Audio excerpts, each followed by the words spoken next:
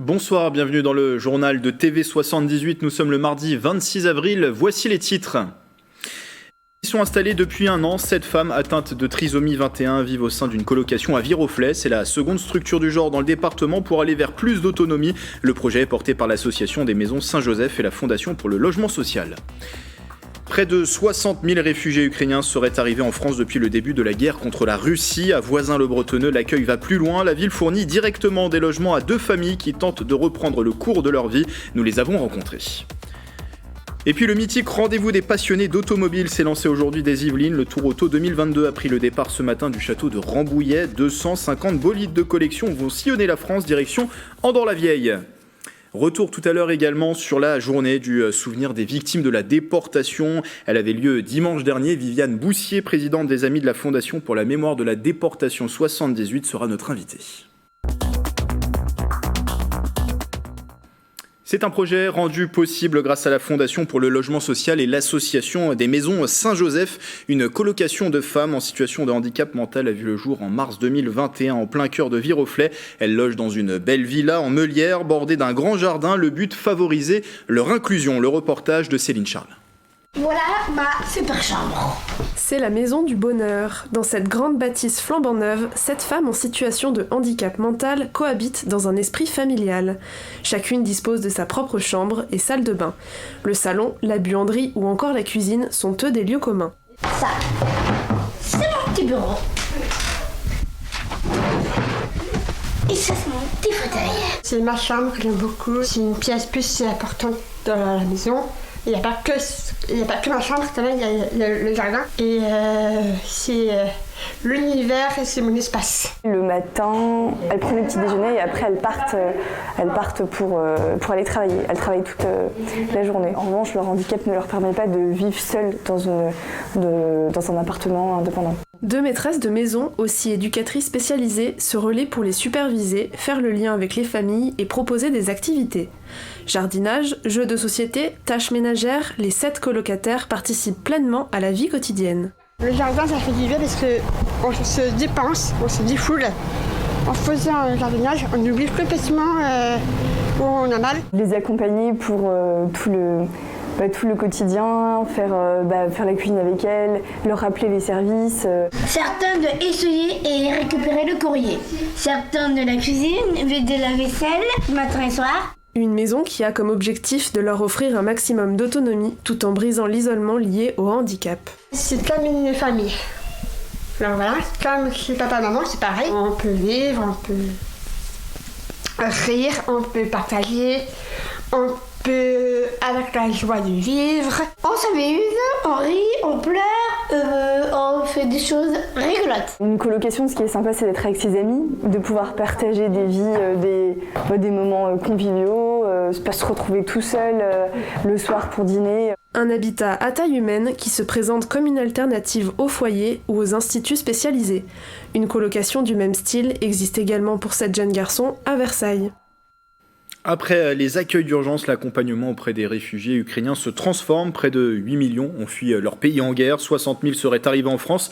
À Voisins-le-Bretonneux, la ville a choisi de fournir des logements à 2 familles. Elles sont actuellement hébergées dans 2 maisons voisines. La vie reprend doucement pour elles, malgré des souvenirs douloureux. Mélanie Poquet et Céline Charles. Alisa a 1 an depuis ce dimanche. La petite Ukrainienne vient de faire ses premiers pas, mais en France. Avec sa maman, sa tante et ses cousines, elle vit aujourd'hui à Voisins-le-Bretonneux. Le fait d'être dans cette maison, ça nous aide énormément de nous adapter, de nous changer les idées, d'oublier un peu le cauchemar qui se passe en Ukraine. On reprend la vie, on apprend le français, on fait connaissance avec les voisins, on communique avec des gens.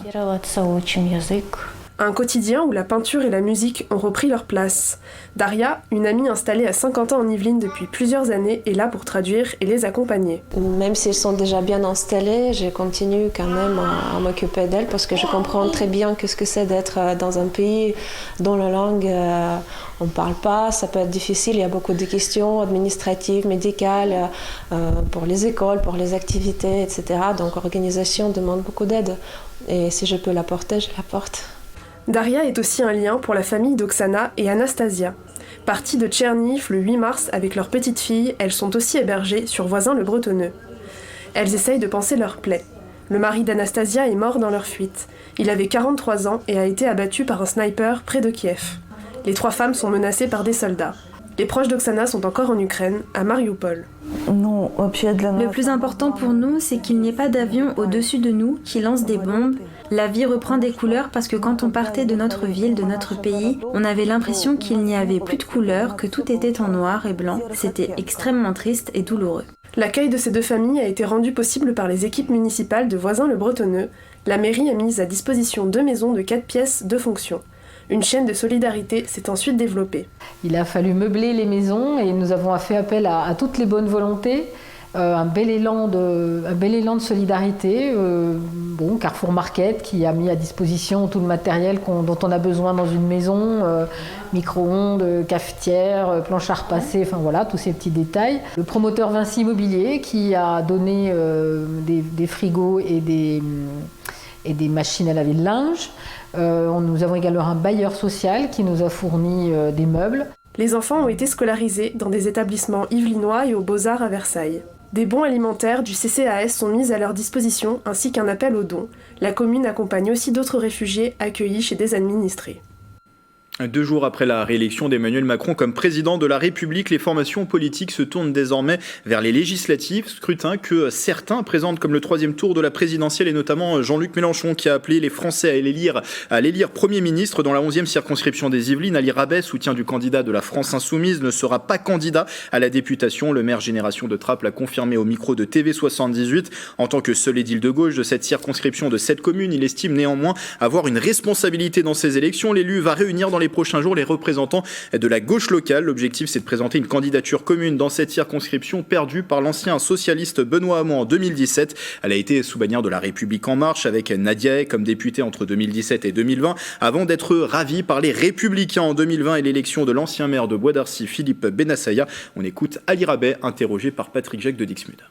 Alors moi je ne serai pas candidat puisque je suis maire de Trappes et pleinement à ma tâche. Et on ne peut pas être maire et député, je ne le souhaite pas, je suis contre le cumul des mandats. Donc je me concentre sur Trappes, mais j'estime qu'en tant que maire de Trappes, j'ai une responsabilité pour soutenir, encourager les candidats qui se présenteront. Et pour faire en sorte que ces candidats soient les candidats de toute la gauche et pas seulement d'un parti. Donc j'y œuvrerai dès demain. Et si les Français le décident, ils peuvent élire une majorité dans un mode de scrutin qui est différent, une majorité qui viendrait cadenasser quelque part la politique du président Macron et l'obliger à mener une politique sociale avec un Premier ministre qui serait choisi parmi la majorité parlementaire. Donc la gauche a encore les moyens, si elle est unie, de remporter une majorité de circonscriptions et pourquoi pas la 11e circonscription des Yvelines.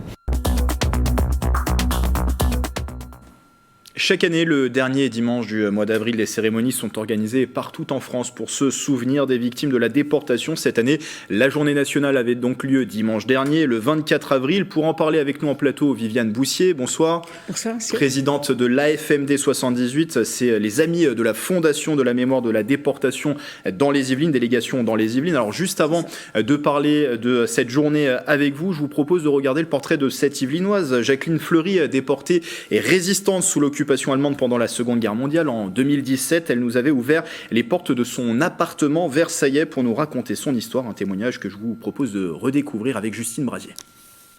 En 1942, sous la France occupée, la jeune Versaillaise Jacqueline Fleury, alors âgée de 20 ans, entre en résistance. Avec sa famille, elle distribue tracts, journaux clandestins, participe à des réseaux de renseignement et prend chaque jour de plus en plus de risques. Quand je rentrais de Paris avec mon petit chargement de journaux clandestins, on pouvait être arrêté dans le métro, dans les rues, dans les gares surtout, où il y avait la police française, la police allemande et pour nous la Gestapo. Arrêtée, Jacqueline Fleury l'est en février 1944 dans son appartement versaillais. Elle est alors envoyée avec sa famille à la prison de Fresnes, puis déportée en Allemagne. S'ensuivent 7 jours de transfert confinés dans un wagon, direction le camp de concentration de Ravensbrück. Nous recevions un numéro, puisqu'à partir de cet instant, nous n'étions plus des êtres humains, nous étions des Stücks, c'est-à-dire des morceaux. Là, c'est la négation de l'humain, là, c'est la négation de l'être humain. En l'espace d'un an, Jacqueline changera 3 fois de camp. Elle travaillera pour l'armurerie allemande en tant que prisonnière. En 1945, elle s'évade avec sa mère et 2 autres détenus. Elles seront rapatriées en France par l'armée rouge. Comme on avait toujours vécu par terre, moi je trouvais les bords des trottoirs extraordinaires. Ça m'attirait pour m'asseoir. Et j'entendrai toujours ma mère me dire « Mais tu ne peux pas faire ça, nous sommes à Versailles ». Un témoignage douloureux que cette résistante s'était attachée à rapporter pendant plus de 70 ans dans les collèges et lycées. Un devoir de mémoire pour transmettre son héritage culturel aux nouvelles générations. Au fond, quand on a pénétré dans un camp, c'est aussi quelque chose que je dis aux enfants que je rencontre, et aux professeurs évidemment, on ne sort jamais complètement d'un camp. Il n'y a pas un jour où on ne retrouve pas quelque chose. Comptez les jours depuis 45. Combien ça fait de jours? Sans compter tous ceux qu'on a laissés, toutes nos compagnes, tout ce qui et tout ce qu'on a encore dans le cœur. Voilà pour ce témoignage précieux. D'ailleurs, Viviane Boussier, on parle d'un témoin direct de ces événements et ces témoignages, au fil des années, vont être de plus en plus rares. Ils sont précieux aujourd'hui. Comment entretenir, j'ai envie de vous dire, cette mémoire avec les témoins directs qui vont disparaître aussi petit à petit? Oui, dans les îles, il n'y a plus que 2 déportés qui peuvent témoigner. Donc, Madame Fleury, vous avez donc entendu dans votre témoignage, Madame Christophe, qui habite à Rocancourt. Donc ce sont les 2 seuls qui restent. Et je crois que vous touchez du doigt ici une des problématiques qui se posent actuellement, parce que c'est vrai que quand on écoute le témoignage, il y a un côté humain et qui prend aux tripes en quelque sorte de ce qu'a vécu Madame Fleury et de ce qu'ont vécu les déportés. Mais je crois que l'autre aspect qui apparaît ici et qui répond exactement à votre question, c'est comment transmettre. Parce que beaucoup de ceux qui essaient de transmettre, d'abord ne sont pas des témoins, donc ce ne sont pas des témoignages que l'on peut apporter, bien sûr. Ce sont souvent des descendants, enfants, c'est le cas de Monsieur Fleury, avec lequel on travaille, on en parlera si vous voulez, on en parlera si vous voulez à un moment donné. Mais ce sont donc des enfants, des petits-enfants, mais pour eux, et pour les descendants, la 3e génération, on en est là maintenant, c'est loin, c'est le passé, en quoi ça nous touche exactement, et je pense que c'est bon peut-être justement de se rappeler. D'un côté, vous faites allusion au mot « devoir de mémoire ». D'après ce qui ressort de ce que dit Madame Fleury, il y a bien l'idée de devoir, c'est-à-dire c'est peut-être un devoir de se rappeler, mais c'est aussi un devoir de transmettre, et c'est un devoir aussi de travailler sur cette mémoire qui devient de l'histoire maintenant. On va voir comment vous travaillez justement sur cette thématique. Alors vous parlez de se rappeler, il y a un événement forcément, on en parlait en préambule de ce reportage, c'est la journée nationale de souvenir des victimes de la déportation qui a lieu chaque année dans le dernier dimanche d'avril. Ça c'est un événement important pour aussi se rappeler. Oui, alors d'abord, cette journée, en effet, c'est une journée nationale, c'est-à-dire qu'il y a une loi, et c'est depuis 1954 que cette loi a créé donc, cette journée nationale que les mairies doivent donc célébrer par des cérémonies, le pavoisement, etc. Et alors, petite parenthèse, cette année, en effet, c'était assez compliqué étant donné que les élections tombaient ce jour-là, donc c'était assez difficile à organiser, si bien que le ministère de l'Intérieur s'est concerté avec les fondations qui ont finalement décidé que pour faciliter les choses, les préfets pouvaient accepter que cette journée soit commémorée les quelques jours qui précédaient dimanche. Si bien que certaines villes ont commémoré, à Versailles par exemple mercredi, à Guyancourt, ma commune, dimanche, d'autres villes dans différents jours. Donc ça peut donner l'impression qu'il n'y a pas d'harmonie, mais l'idée est quand même là, l'idée c'est de commémorer cette journée. Vous avez reçu, alors virtuellement, pendant la crise sanitaire, on parlait de toute la difficulté aussi de se rappeler, alors que les cérémonies étaient reportées ou annulées en raison de la crise sanitaire. Ça veut dire que depuis 2-3 ans, c'est perturbé, elles sont perturbées, ces cérémonies. C'est perturbé pour des raisons donc, sanitaires que vous évoquez, mais elles ont quand même eu lieu. Même si c'est difficile, on y tient. Et même si certaines communes ne l'ont pas fait cette année, je pense qu'on a pour le coup le devoir, pour reprendre notre expression, de rappeler que c'est un devoir, puisque c'est la loi qui l'oblige de le faire. C'est le seul moment de l'année où on peut tous vivre autour de ce souvenir. Et pas seulement le souvenir, j'y tiens, parce que se rappeler, souvenir pour les jeunes, qu'est-ce que ça représente, hein, il y a 77 ans, pour eux c'est plus que du vieux, mais pourquoi on le fait et qu'est-ce que ça représente aujourd'hui ? Comment le vivre aujourd'hui ? C'est l'idée qui est derrière cette commémoration. Cette commémoration et votre travail aussi se déroule tout au long de l'année. Hein, l'AFMD 78, on rappelle que vous êtes la présidente de l'AFMD 78. Quelles sont les missions, les actions que vous déployez sur le département ? Il y a, j'imagine, aussi une transmission, vous parliez de transmission auprès des jeunes, il y a aussi des messages à faire passer. Oui. Alors, en fait, donc, les amis de la Fondation pour la mémoire de la déportation, on le dit rarement en entier, mais à FMD, ça va tellement plus vite, et puis on voit pourquoi on est là. Donc, la délégation est créée depuis 1998, il y a déjà un bon moment, et elle a été créée à peine 10 ans après la création de la Fondation pour la mémoire de la déportation, qui a une triple mission, en quelque sorte, qui est la mission de transmettre, donc voilà, la mission de travail historique, donc de recherche historique, et de défense de la mémoire. Ce sont ces trois missions de la Fondation, mais comme une fondation ne peut pas avoir d'adhérents, elle est donc représentée dans tous les départements par les amis de la Fondation, etc. Donc nous avons exactement les mêmes missions, seulement avec des adhérents qui sont là sur le terrain. Donc on a chaque délégation, et la nôtre en particulier intervient comme elle le peut, des activités bien précises. Que, si vous voulez, quelques exemples d'activités. Quelques exemples d'activités.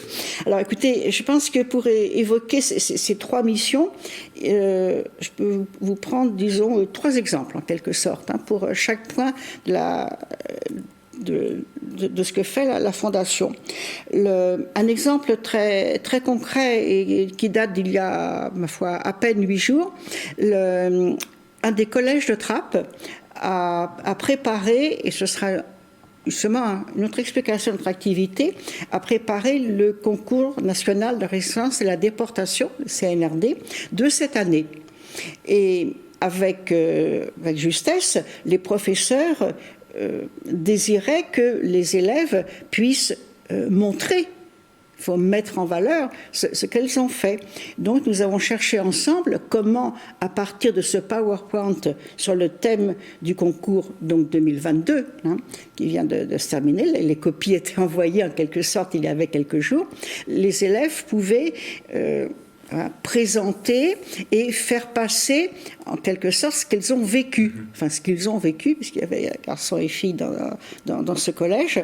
Donc vous voyez, c'est une des premières activités, comment faire pour transmettre aux jeunes et avec d'autres moyens modernes. En fait, leur témoignage, c'était un PowerPoint, c'était des interviews, donc c'est une autre façon, on n'est plus dans ces témoignages d'il y a 50 ans, mais c'est une autre façon. Donc c'est une participation par la transmission donc, aux jeunes. Donc c'est une activité parmi d'autres. Alors, malheureusement, on arrive à la fin de cet entretien, mais en tout cas, ça fait partie de ces activités de l'AFMD 78. Je rappelle, vous avez précisé tout à l'heure, c'est les amis de la Fondation pour la mémoire de la déportation dans les Yvelines. D'ailleurs, il y a une page Facebook qui existe de cette délégation territoriale dans les Yvelines. Il y a aussi le site de l'AFMD pour avoir toutes les informations sur l'AFMD, amis de la Fondation pour la mémoire de la déportation. Merci Viviane Boussier d'être venue en plateau pour parler de ce sujet. C'est un rendez-vous mythique des passionnés d'automobile. Le Tour Auto édition 2022 s'était lancé du château de Rambouillet ce matin jusqu'à samedi. Les quelques 250 bolides de collection arpenteront la France pour un final à Andorre-la-Vieille sur la ligne de départ ce matin, Bichente Mérien-Santisteban. Je suis arrivé à peu près à 7h. C'est encore un moment, une parenthèse pour les passionnés qui est extraordinaire. Ils se sont levés aux aurores pour contempler chaque cylindrée. Les passionnés d'automobile étaient au bord des routes ce mardi 26 avril, en amont du château de Rambouillet où se tenait le départ du prestigieux rendez-vous du Tour Auto 2022. D'habitude, ça passe pas par ce département. Et là, c'est bien, ça va à Rambouillet. Rambouillet, ils vont au Mans. C'est l'historique du sport automobile français et même international. Et puis c'est un plaisir, c'est une musique. Un peu plus loin près du château, certains équipages de pilotes se préparaient encore au départ de cette 31e édition. Effectivement, on surveille nos compteurs, on est un peu fébrile. Ce matin, nous échangeons avec d'autres pilotes. Nous sommes fébriles, on surveille les températures d'eau, les températures d'huile, que ça fuit pas, on va regarder en dessous. Sans oublier bien sûr de profiter du moment. C'est un magasin de jouets à ciel ouvert pour grands enfants. Et puis le cadre s'y prête bien, parce que des voitures, finalement, quand on est passionné, on en voit très souvent. Mais le lieu rajoute un petit peu de magie à tout ça. En tout, plus de 250 voitures de collection se suivront lors d'un périple qui durera 5 jours. Première étape, on finit à La Baule, donc sur le bord de mer. Là, c'est un rallye qui va se disputer sur l'ouest de la France, parce que de La Baule, nous allons à Limoges. Après, de Limoges à Bordeaux, de Bordeaux à Pau, et l'arrivée se fait à Andorre. Donc on attend tous avec impatience l'arrivée, parce que je pense que la montée là d'Andorre avec nos bolides, ça va être fabuleux. Ce qui me surprend à chaque fois, c'est toute l'émotion au bord là, des routes où il y a énormément de monde. Le départ s'est achevé en fin de matinée, soit un peu plus de 3 heures pour laisser à chaque bolide le soin de faire rugir son moteur. Avant de vous laisser cette distinction pour le parc de la Brunetterie, le site d'Orgeval a reçu le label Ensemble Arboré Remarquable samedi dernier. Il a été remis par l'association Arbre, notamment pour le pin noir à l'entrée du parc et l'alignement des châtaigniers datant du 19e siècle. Une belle récompense pour les amis de la Brunetterie, l'association qui agit pour préserver le parc et ses nombreux arbres d'exception datant de 200 voire 300 ans.